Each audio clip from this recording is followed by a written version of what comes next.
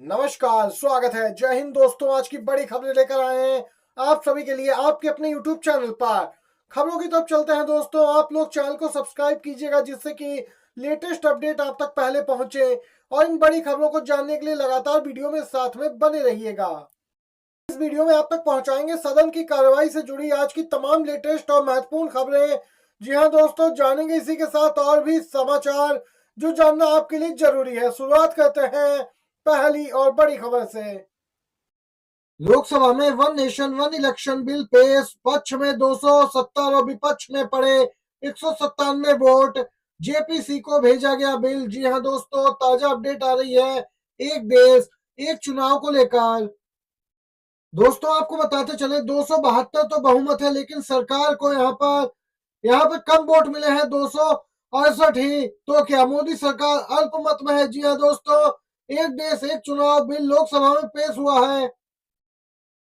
लोकसभा में एक देश एक चुनाव विधेयक पारित कराने के लिए कुल 461 वोटों में से 2/3 बहुमत यानी 307 की आवश्यकता थी, लेकिन सरकार को केवल 263 वोट ही मिले, जबकि विपक्ष को 198 वोट मिले। एक देश एक चुनाव विधेयक 2/3 समर्थन न मिलने से संसद में फेल हुआ। इंडिया गठबंधन कसौटी पर खड़ा उतरा है। जी हाँ दोस्तों, यहाँ पे बीजेपी को तगड़ा झटका लगा। समर्थन न मिलने से संसद में यह विधेयक विफल हुआ है। वहीं लोकसभा में कांग्रेस के उप प्रतिपक्ष गौरव गोगोई ने एक राष्ट्र एक चुनाव विधेयक का पर्दाफाश कर दिया। विधेयक में चुनाव आयोग को किसी भी समय चुनाव की सिफारिश करने, 5 साल के कार्यकाल को हटाने की शक्ति देने का प्रावधान है। दोस्तों देख सकते हैं, ये यहाँ पे ताजा अपडेट निकल के आई है। यानी सीधे तौर पे चुनाव आयोग को बहुत सी शक्तियां दी जाने वाली हैं इस विधेयक के जरिए। दोस्तों आपको बताते चले, संसद में one nation one election bill पर वोटिंग के दौरान सांसदों को ईवीएम से वोटिंग करने में दिक्कत हुई, तो उन्होंने बैलेट पेपर से वोटिंग की। देख सकते हैं दोस्तों, ये वही लोग हैं जो लोगों की सभी शिकायतों को खारिज करके ईवीएम का बचाव करते हैं, और जब यहाँ पे खुद इलेक्ट्रॉनिक तरीके से वोट करने की बारी आई तो विफल हो गए। इन्हें भी विश्वास नहीं है अपने वोट का, इसीलिए इन्होंने बैलेट से वोटिंग का ऑप्शन चुना, पर्ची के माध्यम से वोट देने का ऑप्शन चुना। दोस्तों गृह मंत्री अमित शाह ने ही सलाह दी, जिन्हें आपत्ति है उन्हें पर्ची दे दीजिए। संसद में इलेक्ट्रॉनिक वोटिंग पे सवाल उठा तो अमित शाह ने यह सलाह दी, और इसकी वीडियो क्लिप सोशल मीडिया पे जबरदस्त तरीके से वायरल है। एक राष्ट्र एक चुनाव की प्रक्रिया के जरिए सरकार चुनावों को सुव्यवस्थित करना चाहती है, लेकिन विपक्षी कांग्रेस और कांग्रेस समेत अन्य दल इसकी आलोचना कर रहे हैं। विपक्षी पार्टियों ने इलेक्ट्रॉनिक वोटिंग कराए जाने पर विरोध किया, जिस पर केंद्रीय मंत्री अमित शाह ने स्पीकर को सलाह दी कि ऐसे लोगों को आपको पर्ची थमा देनी चाहिए। इसके साथ ही उन्होंने कहा कि पीएम मोदी ने वन नेशन वन इलेक्शन विधेयक के लिए जेपीसी समीक्षा का सुझाव भी दिया है। वहीं एक राष्ट्र एक चुनाव बिल पर प्रियंका गांधी वाड्रा बोली, यह संविधान विरोधी और राष्ट्र की संघवाद के खिलाफ है। एक राष्ट्र एक चुनाव विधेयक पर कांग्रेस सांसद प्रियंका गांधी वाड्रा मोदी सरकार पे हमलावर दिखी। कहा कि यह संविधान विरोधी विधेयक है जो सरकार लेकर आई है, यह हमारे राष्ट्र की संघवाद के खिलाफ है और पूरी तरीके से असंवैधानिक है। प्रियंका गांधी बोली, हम इस विधेयक का विरोध इसीलिए कर रहे हैं जिससे कि जनता की आवाज उठाई जानी चाहिए। दोस्तों आपको बताते चले, इस बार इस बिल का कानून बनना उतना आसान नहीं है जैसा कि अभी 10 सालों में देखा गया। गौरतलब है कि पीएम मोदी के पास अपने तीसरे कार्यकाल में पूर्ण बहुमत नहीं है। नंबर गेम में फंस सकता है मोदी सरकार का ड्रीम बिल।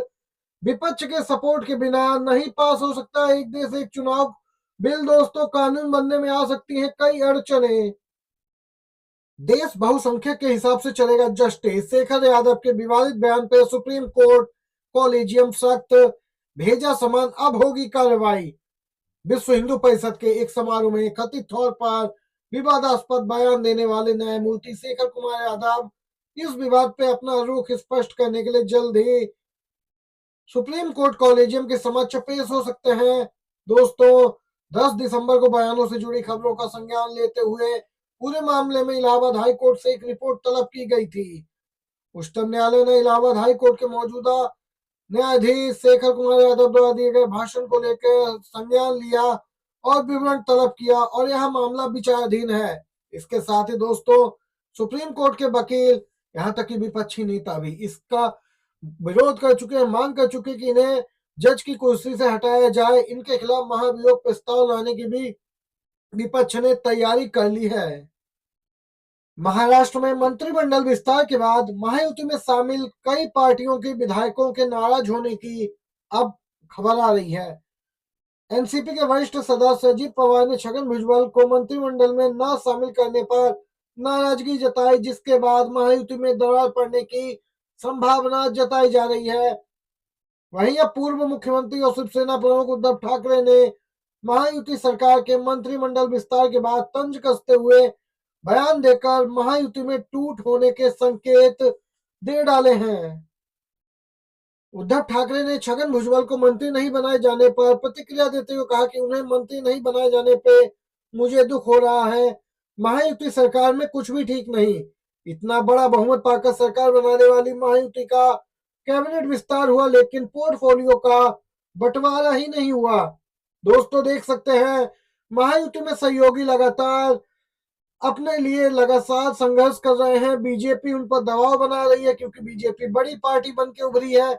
इसीलिए अजीत पवार और शिंदे गुट की एक नहीं चल रही है। ना ही इन्हें मनपसंद मंत्रालय दिए गए और ना ही इनके लोगों को ज्यादातर मंत्री पद दिया गया। गाजियाबाद में नहीं मिली परमिशन, अब दूसरे राज्य में 3 दिन आयोजित होगी धर्म संसद। जी हाँ, उत्तर प्रदेश स्थित गाजियाबाद में नरसिंहानंद के द्वारा धर्म संसद टाल दी गई है। परमिट न मिलने के चलते धर्म संसद का आयोजन टल गया है। दोस्तों नरसिंहानंद ने बताया कि 19, 20, 21 दिसंबर को हरिद्वार में धर्म संसद आयोजित की जाएगी। इससे पहले दोस्तों सुप्रीम कोर्ट ने यूपी के गाजियाबाद में आयोजित होने वाली इसी धर्म संसद के खिलाफ याचिका दाखिल करने वाले पूर्व नौकरशाहों और सामाजिक कार्यकर्ताओं से कहा कि वे इसे तत्काल सूचीबद्ध कराने के लिए ईमेल भेजें। दोस्तों याचिका में मुसलमानों के नरसंहार का आह्वान किए जाने का आरोप भी लगाया गया है। याचिका दायर करने वाले लोगों की ओर से पेश हुए वरिष्ठ वकील प्रशांत भूषण ने chief justice of India Sanjeev Khanna से मांग की कि इस मामले को तत्काल सूचीबद्ध किए जाने की आवश्यकता है। जिसके बाद देख सकते हैं यूपी सरकार ने भी परमिट नहीं दिया इस धर्म संसद के आयोजन का।